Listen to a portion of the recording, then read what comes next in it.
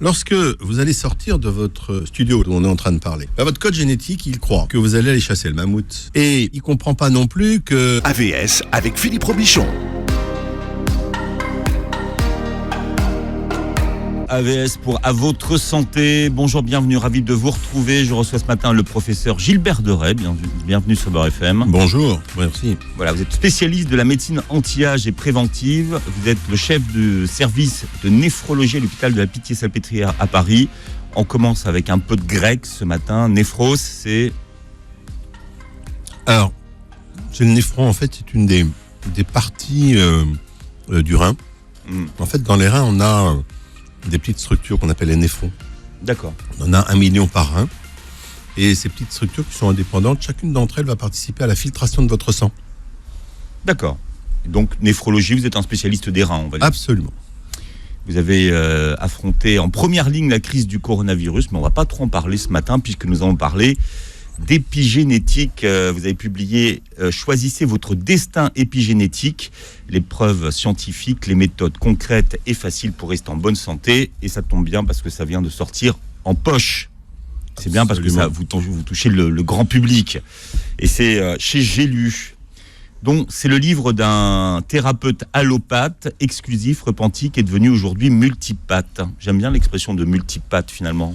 Ouais, c'est un peu ça. Alors, c'est peut-être plus que repenti, quelqu'un qui a fini par apprendre au fil des décennies, on va dire, et comprendre que on pouvait étendre son champ de vision. En fait, les médecins formés à l'université sont des médecins extrêmement bien formés, mais qui sont souvent des médecins formés uniquement à ce qu'on appelle l'allopathie, qui est la médecine traditionnelle, la médecine classique, où vous faites du diagnostic avec des radios, et puis après vous donnez un traitement.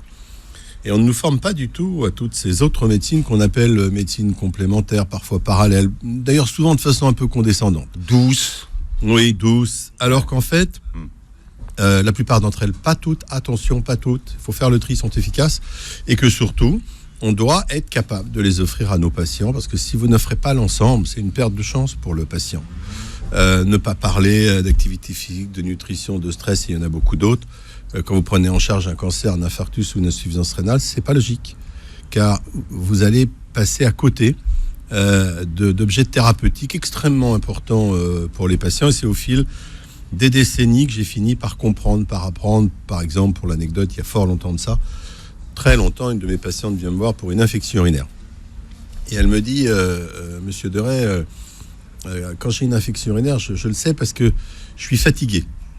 Alors moi, je lui réponds doctement, non, ça c'est pas possible. Je lui ai pas dit, mais ça voulait dire c'est pas dans mes livres. C'était pas dans mes livres.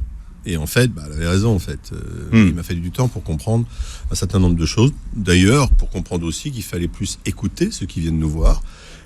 Qu'ils avaient des choses à nous dire et que si on ne les écoutait pas, on n'arriverait pas à faire notre travail de médecin correctement. La médecine, c'est compliqué. La médecine, c'est un homme ou une femme qui vous parle, qui vous dit des choses. Et donc, quand on va s'adresser à cette personne, on ne va pas s'adresser à un symptôme, on ne va pas s'adresser à de la fièvre. Non, on va s'adresser à quelqu'un qui est bien plus complexe que ce qu'on apprend initialement dans nos livres. Ouais, comme vous le dites, la médecine est un art et... l'art est aussi une médecine. Ça fait partie de votre méthode. Vous avez baptisé votre méthode Épicure, justement du nom de l'inventeur.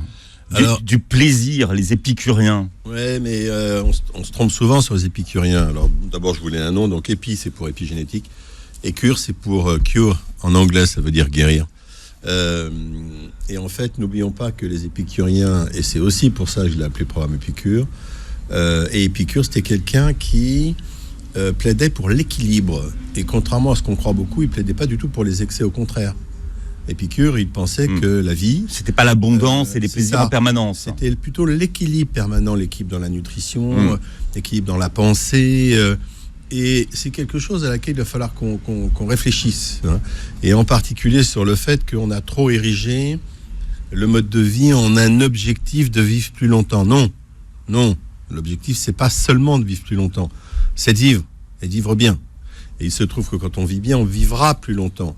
Mais, et quand je dis nous médecins aussi, au fil des décennies, on a prolongé l'espérance de vie de façon considérable. On a gagné 20 ans quand même, en 3 à 4 décennies, c'est considérable. Mais on a gagné 20 ans malade. En 30 ans, on a gagné 20 ans de... On a un peu plus de 20 ans. Souvenons-nous que nos parents, donc moi maintenant, je suis né en 54, donc on peut le dire, mes parents, leur espérance de vie était bien inférieure, et souvenons-nous que souvent, quand ils partaient à la retraite à 65 ans, comme par hasard, ils n'allaient pas tenir très longtemps, ils faisaient l'infarctus, ils faisaient l'accident vasculaire cérébral, et là encore pour l'anecdote, la retraite à 65 ans, ça avait été inventé il y a bien longtemps, parce que justement le conseiller de l'empereur de l'époque lui avait dit, de toute façon après 65 ans ils vont tous mourir, donc allez-y, et on a gagné effectivement cette espérance de vie, mais si l'espérance de vie est passée de l'ordre de 65 à 80 ans, ce qui est énorme, et d'ailleurs elle stagne, l'espérance de vie en bonne santé, sans maladie, elle n'est que de 64 ans, et celle-là elle ne bouge pas. Et c'est celle-là sur laquelle il va falloir que l'on travaille. Et c'est pour ça que le mode de vie que nous avons est absolument capital. D'abord, nous ne briserons pas notre espérance de vie à 80 ans si nous ne retrouvons pas un mode de vie qui est plus adapté à ce que nous sommes. C'est le débat en ce moment, d'ailleurs. Évidemment. Ça tombe bien, là. Alors là, là avec tout le monde à la campagne. Moi, j'ai écrit ce livre l'année dernière. J'ai beaucoup parlé dans ce livre de choc traumatique. Je ne m'attendais pas à ce qu'effectivement on sorte aujourd'hui d'un choc traumatique aussi important que ça. J'ai été chercher mes exemples à l'étranger. J'ai plus besoin d'aller chercher à l'étranger. Bon, là, on va les avoir. Là, on a tout ce on n'a pas encore les conséquences, mais ça va commencer à arriver. Oui. On revient à notre ancêtre, l'homme de Néandertal. Et là, vous dites que c'était des épicuriens. Et ce que vous nous expliquez, c'est qu'aujourd'hui, génétiquement, on a le même patrimoine génétique que notre ancêtre. Pourquoi ça n'a pas changé ? En fait, quand j'ai commencé à écrire ce livre, j'ai d'emblée été, frappé par l'idée qu'on avait quand même perverti beaucoup de choses dans ces derniers milliers d'années. Alors, évidemment que l'espérance de vie était, il y a 10 000 ans à 25 ans, elle est à 80 ans. L'idée, c'est pas de revenir à l'époque de Néandertal. Ça, c'est très clair. Par contre, ça n'est qu'un doux rêve, mais si on arrivait à retrouver une partie de ce monde en gardant les outils modernes, alors là, on aurait fait un pas de géant en avant sur la qualité de vie. Pour revenir à votre question, l'homme de Néandertal a disparu il y a environ 10 000 ans. Ça peut vous paraître beaucoup, mais c'est très peu en fait, parce que 10 000 ans, à l'échelle de l'évolution de notre humanité, de notre code génétique, c'est rien. Pour qu'un code génétique évolue sensiblement dans une espèce, il faut des centaines de milliers ou des millions d'années. Donc en fait, nous, sur le plan du code génétique, on n'est pas différent de cet homme de Néandertal ou de cet Homo sapiens, bien sûr. J'ai préféré l'homme de Néandertal, mais l'Homo sapiens nous est un peu plus proche, et on lui ressemble beaucoup. Ce qui veut dire que lorsque vous allez sortir de votre studio, là, d'où on est en train de parler, votre code génétique, il croit que vous allez aller chasser le mammouth. Et il comprend pas. Alors que je vais chercher un Twix à la machine. Exactement. Vous voyez, là, mon code génétique, il est... Ouais, voilà. Et ça, déjà, c'est pas bien, parce que les barres chocolatées, c'est pas bon du tout pour la santé. J'en profite pour le caser. Et il comprend pas non plus que, dans le studio, on est 3, donc il y a 2 hommes, il n'y a pas de femmes, mais que si on était accompagné d'une femme, elle immédiatement, en sortant de ce bureau qui n'existait pas, elle aurait été chercher ce qu'il faut pour nourrir sa famille. Alors les tâches étaient déjà partagées. L'homme allait chasser le mammouth, et la femme, elle allait cueillir, mais elle allait aussi monter sur des arbres qui étaient très hauts pour trouver la ruche, le miel. Le miel, c'était un des rares aliments qui existent encore et qui est extrêmement précieux, le miel. Permettez-moi de faire une digression, parce qu'il se gardait des mois. Vous imaginez qu'à l'époque, il n'y avait pas de frigo. Il était très riche en calories, en sucre, et en plus, il permettait de soigner les plaies.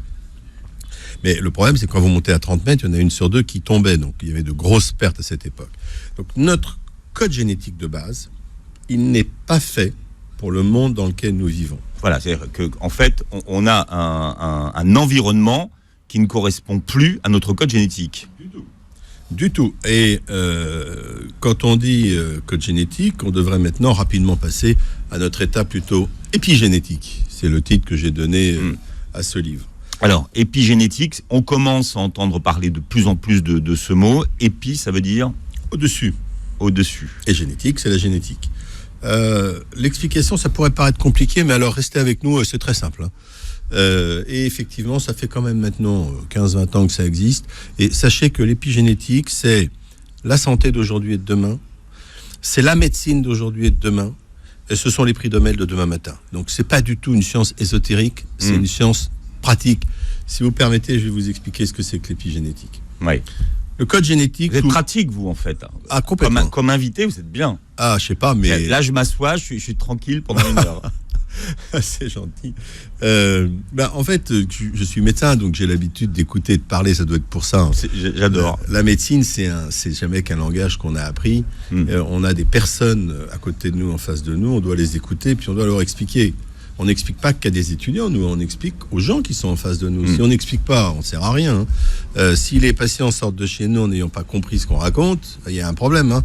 On ne peut pas se contenter de leur balancer une ordonnance comme ça. Hein. Ce qui veut dire aussi, comme je suis bavard, il faut me couper quand vous voulez me couper. Et donc, épigénétique, c'est passionnant l'épigénétique. Vous avez donc un code génétique, ça tout le monde le connaît. Watson et Crick, les années 50, qui découvrent qu'en fait, dans notre corps, il y a une double hélice, c'est-à-dire deux brins qui s'enroulent. Et dans votre corps, dans chacune de votre cellule, vous avez ces petites hélices qui s'enroulent, ces doubles brins qui s'enroulent. Et qu'est-ce que c'est en fait ? C'est un code, tout simplement, qui est fait de 4 éléments qui se succèdent, toujours les mêmes. La combinaison de ces éléments va faire ce que vous êtes. Et suivant l'ordre de ces 4 éléments répétitifs, hein, c'est des milliards de répétitions, vous serez grand, petit, les yeux bleus, les yeux marrons, les cheveux blonds, les cheveux roux, petit, grand, ce que vous voulez, etc., etc., etc. Bien. Et nous avons été élevés avec l'idée qu'en fait, tout était déterminé à la naissance. Il y avait un livre qui était écrit, qui est votre livre génétique. Et c'est embêtant parce que si c'est vrai alors, ça veut dire en fait que tout étant écrit, vous n'avez aucun contrôle. Et le problème, c'est que vous n'avez peut-être Alors le pas... livre génétique, c'était qu'elle allait expliquer nos maladies, exactement. Tout notre parcours de vie et de santé. Exactement. Et en fait, le problème, il était là, parce que, à la limite, qu'il soit écrit que vous ayez les yeux bleus ou les yeux marrons, on s'en moque, même si maintenant on nous fait des lentilles de contact de couleur. Ouais. Les adolescents n'arrêtent plus de changer de lentilles de contact de couleur. Moi, ma belle-fille, je la reconnais pas le matin, parce qu'elle a soit les yeux verts, soit les yeux bleus. Mais par contre, sur ce code génétique est aussi inscrit votre destin médical. Il est inscrit que vous aurez le diabète à 52 ans, le cancer du poumon à 65, etc., etc., etc., et pendant des dizaines d'années. Votre seul espoir en termes de maladie, eh bien, c'était que la science trouve des solutions avant que vous ayez la maladie. Alors, ça a marché pas mal, hein, on a trouvé des médicaments du diabète et même des médicaments du cancer. Ne soyons pas quand même trop tristes là-dessus, parce qu'il y a eu d'énormes progrès. Mais néanmoins, c'est très passif. Et ce qui est très intéressant, c'est qu'en fait, oui, votre code génétique est écrit, mais ces petits fragments d'ADN dont je vous ai parlé, ce qui va compter, c'est pas vraiment de quoi ils sont faits. Ce qui va compter, c'est si vous les activez ou vous les désactivez. Si vous permettez, je vais prendre une image. Imaginez que vous ayez des musiques, des notes de musique sur une portée. En soi, c'est bien, mais la symphonie qui va en résulter, elle va dépendre de la personne qui va les jouer, ces notes de musique. Imaginez que je vous dise que la recette de la tarte aux pommes, c'est d'avoir des pommes, de la farine, des œufs, sans doute autre chose, mais je ne sais pas faire la tarte aux pommes. Ce qui va compter, c'est 1, celui qui va mélanger tout ça, et 2, l'environnement, la cuisine, encore faut-il avoir les instruments. Donc votre code génétique, c'est la recette.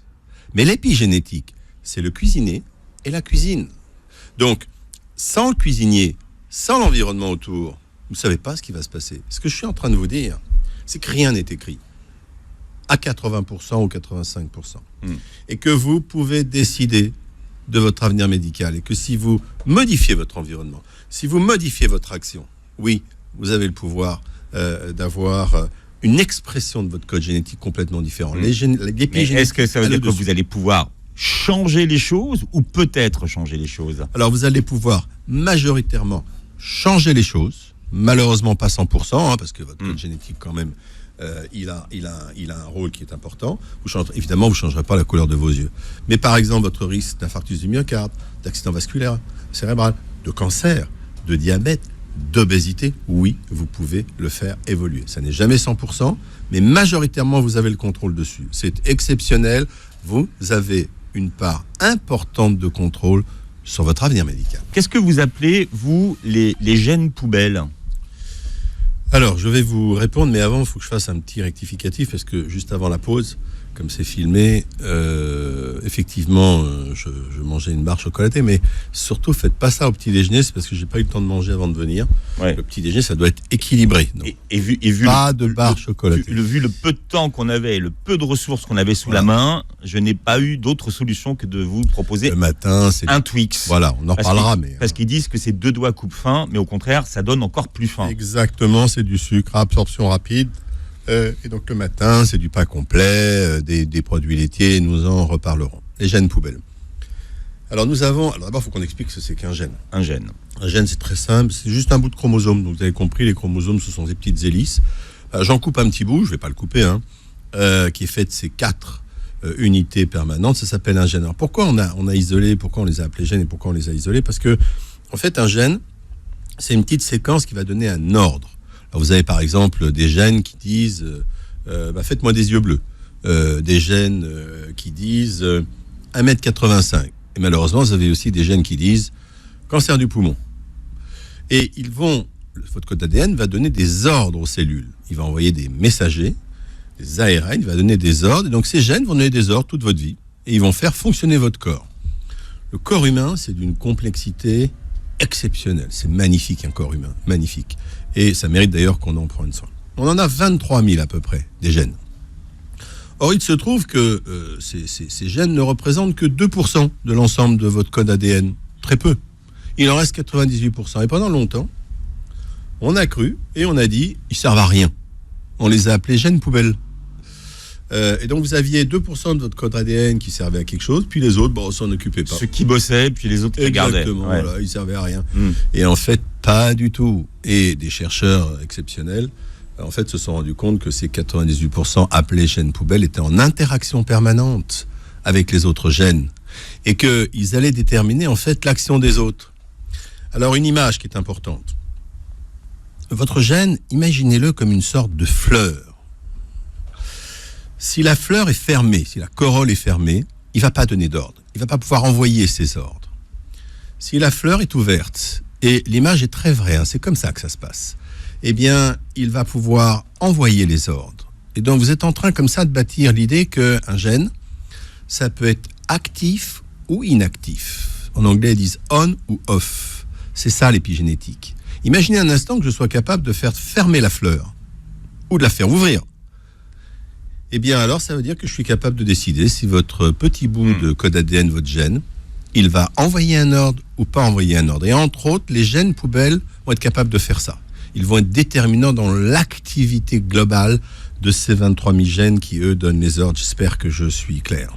Bien, donc là, vous proposez dans votre livre une méthode qui s'appelle Épicure, on l'a expliqué tout à l'heure, et qui repose sur 2 découvertes récentes et majeures, donc l'épigénétique et ce qu'on appelle les télomères. Que sont ces fameux télomères? Allez, on complique d'un cran, mais là encore, c'est pas si compliqué. Non, mais c'est des mots qu'on va utiliser de plus en plus. Donc vous allez les entendre et vous allez les voir dans la presse médicale. Et puis surtout, il y a les gens qui vont vendre des méthodes avec. Donc autant qu'on les explique. Alors, merci de le présenter comme ça, parce que c'est tout à fait ça.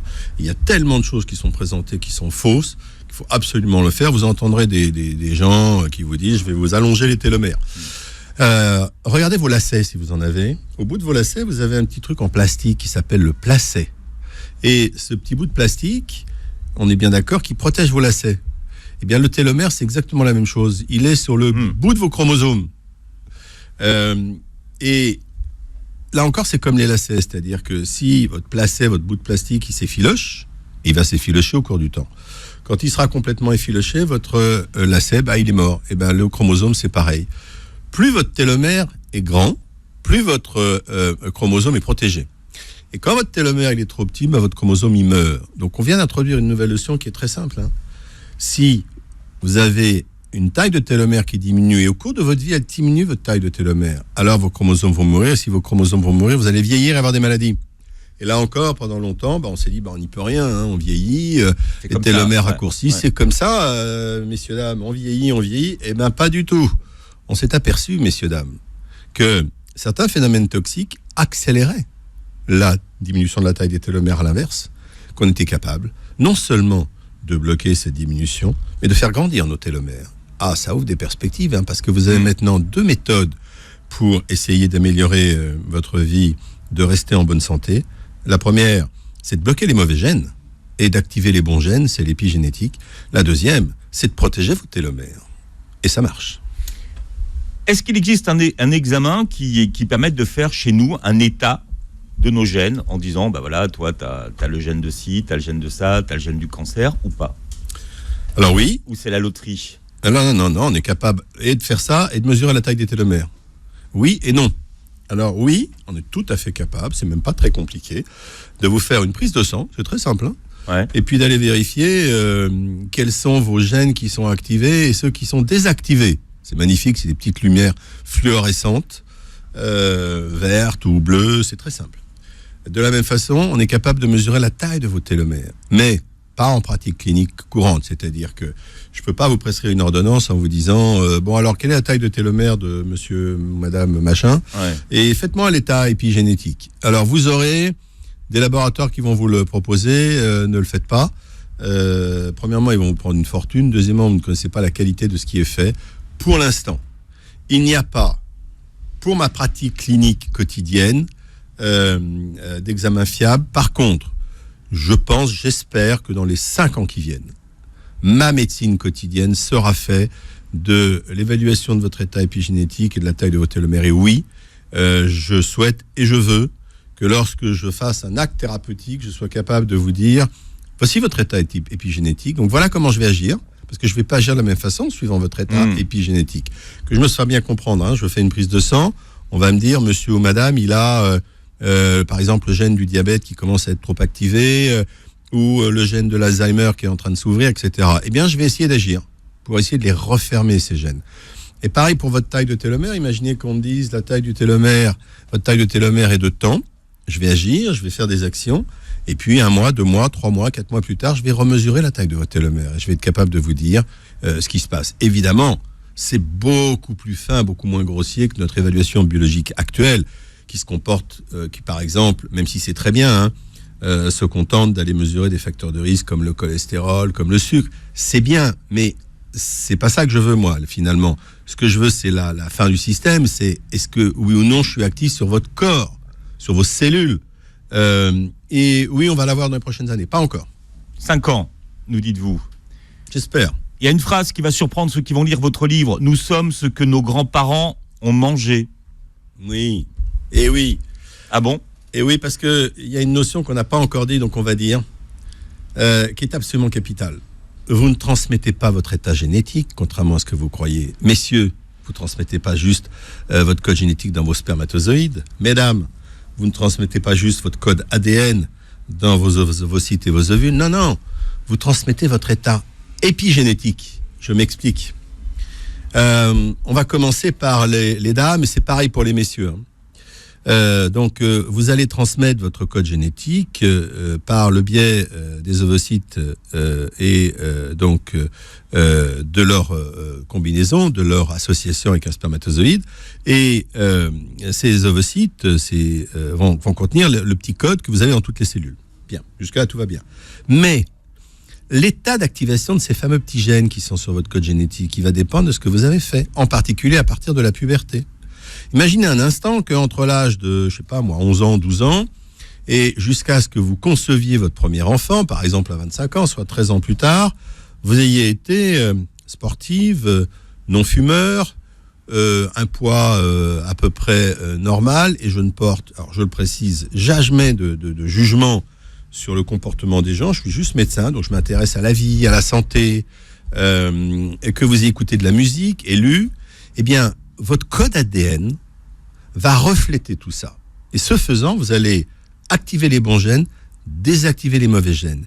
Et quand vous allez concevoir votre enfant, c'est cet état-là que vous allez transmettre, et il va partir avec un état génétique favorable.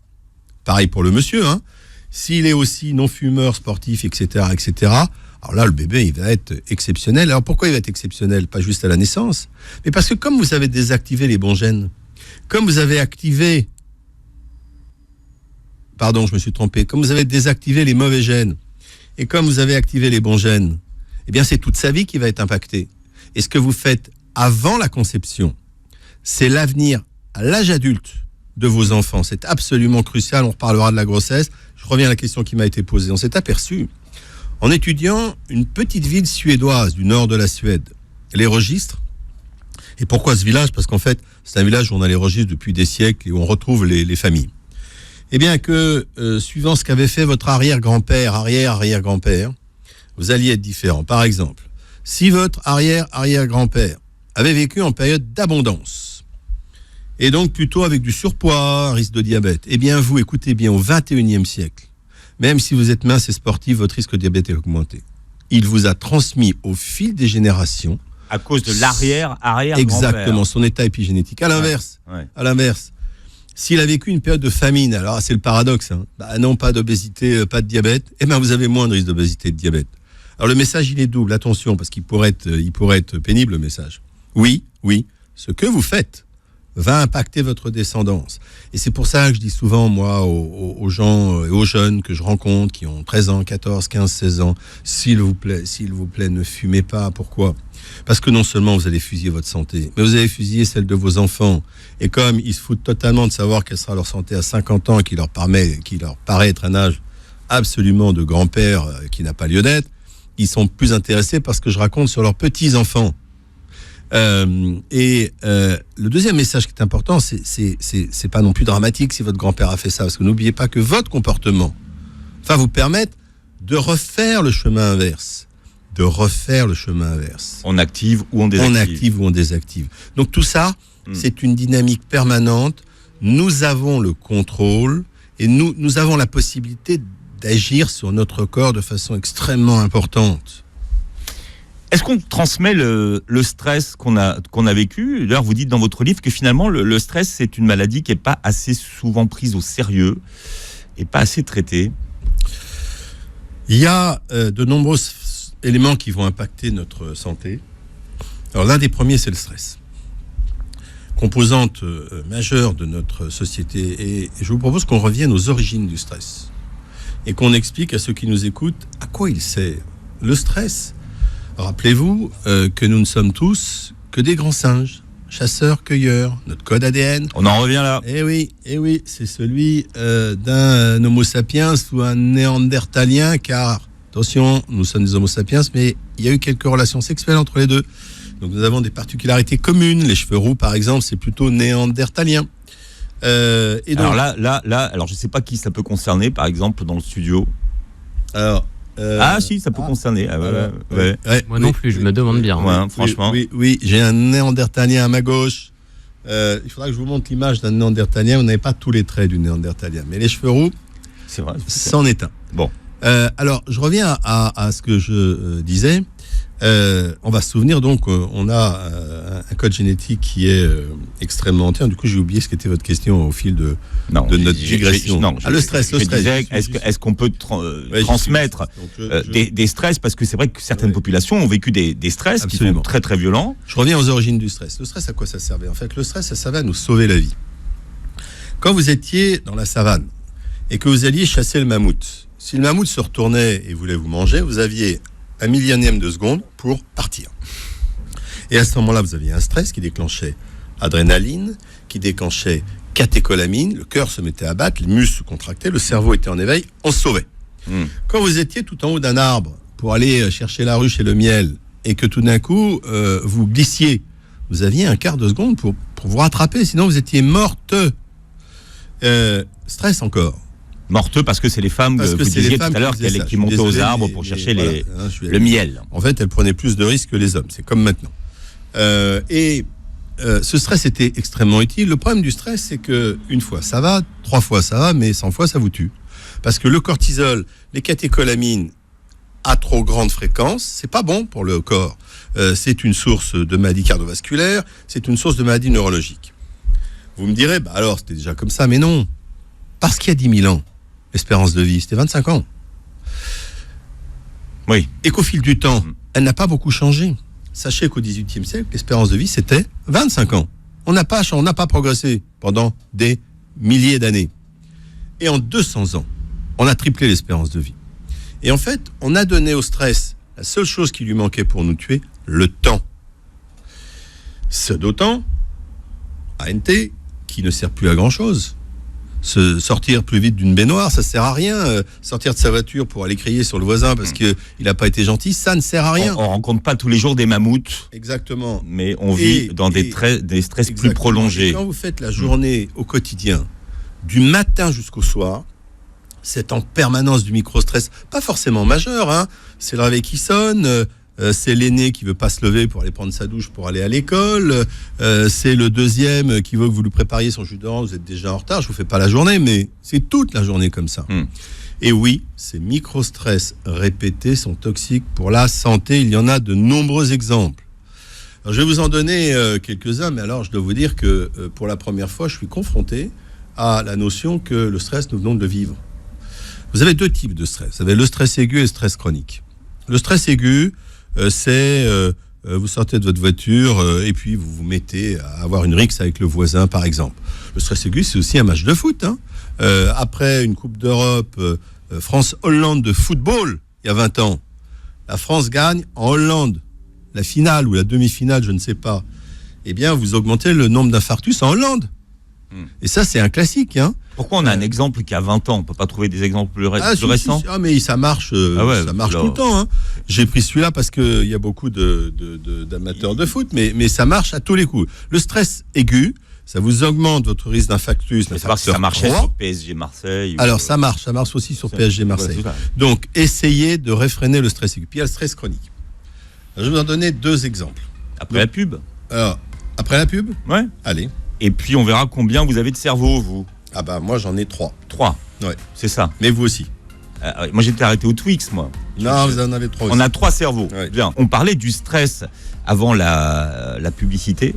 Et notamment des deux formes de stress donc, qui nous agressaient quotidiennement. Alors, il y a le stress aigu, mais il y a le stress chronique. Hein. Et le stress chronique, c'est pas bon pour la santé. Les exemples sont extrêmement nombreux. Je vous en donne un pour lequel on a déjà beaucoup d'analyses, mais il y en a plein. Et puis, il va y avoir la gestion, évidemment, de la pandémie la Covid-19. Alors, je donne une expérience qui a été faite au Canada, qui est passionnante. C'est un orage de glace qui va durer plusieurs jours et qui va entraîner des coupures d'électricité, d'eau pendant des semaines. Et ce qui est intéressant, c'est que les chercheurs canadiens ont été identifier toutes les femmes qui étaient enceintes pendant cet orage de glace. Et dès la fin de l'orage de glace, ils les ont soumis à un questionnaire pour savoir quel avait été le degré de stress. On est capable de faire ça, de savoir si vous avez été ou non stressé. Et ensuite, et c'est là que c'est extraordinaire, ils ont suivi ces femmes enceintes et leurs enfants pendant des années. Ça fait 20 ans et ça dure toujours. Donc on a pu mesurer ce que donnaient les enfants. Et ce qu'on a montré, c'est que les femmes qui avaient été extrêmement stressées pendant l'orage de glace avaient transmis cet état de stress à leurs enfants, c'est l'épigénétique, et qu'on retrouvait beaucoup plus de problèmes scolaires, de communication avec l'environnement chez ces enfants. Et on sait aussi que le stress chronique, c'est un facteur tout simplement d'augmentation du risque de schizophrénie. Donc le stress chronique, c'est un vrai problème. Le stress chronique, maintenant, très clairement, on sait que c'est un facteur de risque cardiovasculaire. Les combattants de Stalingrad, 50 ans plus tard, ils avaient un risque cardiovasculaire plus élevé, hein, alors que par ailleurs, ils étaient en pleine forme physique. Des exemples comme ça, on a multiples. C'est un facteur de risque de maladie d'Alzheimer. C'est un facteur de risque d'obésité. C'est un facteur de risque de diabète. Donc ce stress chronique doit être pris en considération de façon majeure dans nos sociétés, et il va falloir qu'on en parle beaucoup plus qu'on en parle. Je trouve qu'on en parle beaucoup sur le plan médiatique, sur la façon dont on doit vivre, et je trouve qu'on n'en parle pas beaucoup sur le plan strictement médical, et que le médecin... Non, on n'en parle plus. Maintenant, c'est le burn-out. Voilà, c'est ça. Ça cartonne, le burn-out, mais c'est vrai que le stress quotidien qu'on vit, c'est passé de mode. Et pourtant, dans une consultation, quelle que soit la spécialité, on doit en parler. Alors, c'est d'autant plus d'actualité que nous venons de sortir d'une période de confinement de plus de 2 mois. Or, le confinement pendant 2 mois, c'est un stress majeur. C'est très clair. Inquiétude pour d'abord le virus qui était autour de nous. Tout le monde se demandait s'il allait être contaminé, s'il allait mourir. Rappelons que la mortalité est très faible. Hein. C'est en moyenne 0,5%. Rappelons qu'à moins de 40 ans, c'est moins de 0,2%. Néanmoins, tout le monde avait peur de mourir. Et la société a pris une décision tout à fait exceptionnelle, que je salue, qui est de choisir la vie contre l'économie. Même si on peut discuter de savoir ce qui va se passer maintenant. Mais être confiné sans pouvoir sortir de chez soi, avec cette crainte du virus, cette crainte pour la famille, cette crainte pour ses grands-parents, cette crainte pour le pays, clairement, il s'est passé des choses que pour l'instant nous n'évaluons pas. Il est absolument crucial que même si ce n'était pas exprimé physiquement, en fait. Absolument. Ouais. Et alors après, vous allez avoir beaucoup de situations différentes. Vous avez les personnes qui n'avaient pas trop de problèmes, on va dire, qui étaient en forme, qui déjà ont subi un stress. Puis vous avez beaucoup de personnes fragiles. Il y a des gens qui ont été confinés à 2 dans 200 mètres carrés, puis d'autres à 10 dans 30 mètres carrés. C'est pas la même chose quand même. C'est pas le vrai. Vous avez des personnes en situation de précarité qui, pendant ces 2 mois, outre qu'elles ont mal vécu le confinement, se demandaient ce qu'allait devenir après. C'est pas 2 mois de plaisir, hein. C'est pas 2 mois payés, par exemple. Vous avez des pays aussi avec des situations différentes. Je voudrais souligner la nécessité absolue de s'occuper dès maintenant des femmes enceintes. C'est l'équivalent de mon orage de glace. Je pense qu'il faut mettre en place un programme qui permettra d'évaluer et de suivre les femmes enceintes qui le désireront, bien sûr, de vérifier quel a été le stress et de s'occuper des enfants qui vont naître là ou qui sont nés maintenant. Vous avez toutes ces situations de personnes qui étaient déjà en situation de fragilité psychologique. Et ne parlons pas, ou on pourrait en parler pendant des heures, des vrais problèmes psychiatriques, soit à l'intérieur des institutions, soit les gens chez eux. Imaginez une personne qui était sévèrement déprimée ou schizophrène ou psychotique, chez elle, pendant 2 mois, avec un accès médical réduit. Ce problème du stress, il est majeur. Nous avons là une situation exceptionnelle, unique, et que je qualifierais de dramatique. Nous devons, nous, la communauté médicale, aidée par les pouvoirs publics, mettre en place les mesures nécessaires. Ça va très au-delà de mon livre. Et les psychiatres commencent à alerter. Il faut un soutien majeur. Ça n'est pas que de la gestion du virus. J'espère que le virus ne va pas revenir. On ne peut pas en être sûr. On peut avoir une deuxième vague cet hiver. On verra, on la gérera. Mais c'est pas que ça, hein. C'est tout le reste. Enfin, quand vous dites que le virus va pas revenir, ça veut dire qu'il est parti ? Non, ce que je dis, alors, on fait une toute petite digression. Je vous dis ça parce qu'effectivement, moi, ce que j'entends de tous les médecins que je reçois, ils me disent, oui, bon, ça y est, le virus est parti. Alors, moi, je suis beaucoup plus prudent que ça. C'est-à-dire que je dis la chose suivante. Premièrement, on a subi une agression majeure par un virus inconnu qui nous a déjoué tous nos pronostics. Souvenez-vous que les experts dont je suis censé faire partie ont dit d'abord, non, il n'arrivera pas en Europe, puis quand il était en Italie, il ne franchira pas la frontière, puis quand il était ici, c'est une grippette, etc., etc. Donc, restons un peu humbles et modestes sur nos prédictions. Deuxièmement, on continue à apprendre de ce virus. Ensuite, on sait qu'il reste des clusters, des foyers épidémiques, c'est le terme anglais qui maintenant est passé. Tous les jours, on nous dit, il y a eu 10 cas, 30 cas, 40 cas, 50 cas. Donc, il n'a pas disparu. Je ne dis pas qu'il y a une vague, je dis qu'il n'a pas disparu. Et surtout, on ne sait pas encore ce qui va se passer à l'automne ou l'hiver prochain. Donc moi, je reste prudent et je dis, pour l'instant, ça va. Pour l'instant, il est sous contrôle. Il est encore là, mais sous contrôle. Donc ce qu'on doit faire, c'est se dire, tenons-nous prêts au cas où il réapparaîtrait. S'il ne réapparaît pas, tant mieux, c'est ce que je souhaite. On ne va pas le regretter. Mais on ne va pas le regretter. Ouais. Mais par contre, ce que je ne voudrais pas et ce que je n'accepterai pas, c'est qu'on me dise dans 2 mois, 3 mois, 4 mois, il est là et je ne suis pas prêt. Non, je ne veux plus l'histoire des masques, des tests, etc., etc. On est prêt, on détecte, et s'il réapparaît un petit foyer épidémique dans une ville, alors on le détecte, on isole, éventuellement même la ville, et on évite d'avoir la pandémie et de fermer le pays. Bon, donc il n'est pas parti, il est encore là. Il est encore là, à petite échelle. On parlait des cerveaux tout à l'heure, vous nous avez dit que vous aviez 3 cerveaux, moi aussi, j'imagine que tous ceux qui nous écoutent aussi. Qu'est-ce que vous racontez ?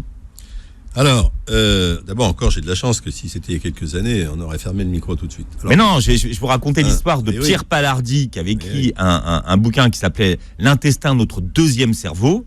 Et je vous dis, à l'époque, on le prenait pour un illuminé, mais grave. Voilà. Oui, c'est logique. On nous explique pendant des millénaires qu'on a un cerveau qui est tout en haut, là, dans notre tête, qui commande le corps. Ce que vous appelez le cerveau du haut. Le cerveau du haut. Puis voilà. Tout d'un coup, il y a quelqu'un qui arrive qui nous dit il y a un cerveau du bas dans l'intestin. Alors, en plus, l'intestin, ce truc sans intérêt, qui fait des trucs qu'on évacue, qu'on veut pas voir dans les égouts, et on nous dit qu'il réfléchit. Donc, évidemment, il était trop intelligent pour le moment où il est arrivé. Et donc, depuis, non seulement on a évidemment mis en évidence qu'il y avait un cerveau au niveau du côlon et de l'intestin, mais qu'il était important. Et qu'il communiquait avec le corps, qu'il a déterminé une partie de notre pensée. Et enfin, ce dont on parle beaucoup moins, c'est que le cerveau qui est fait de neurones, donc, il y a des neurones dans le cœur. Alors pas beaucoup. Hein, mais est-ce qu'il y a des cellules cérébrales dans ces deux cerveaux que vous Alors après ça dépend ce qu'on a. On a tellement dit cerveau pour en haut que oui, il y a un cerveau du milieu, je l'appelle comme ça.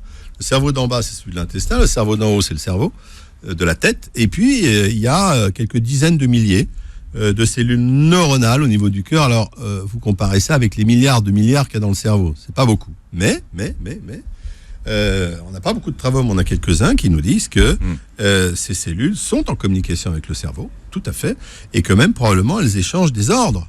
Et que dire que... Vous dites que le cœur envoie plus d'informations au cerveau qu'il n'en reçoit de lui. Absolument, c'est ce que disent certaines études, ce qui veut dire qu'il ne faut pas non plus négliger ces petites cellules neuronales. Ce qui veut dire que quand on parle cellules neuronales, on ne parle pas que du cerveau d'en haut, mais du cerveau d'en bas et celui du milieu.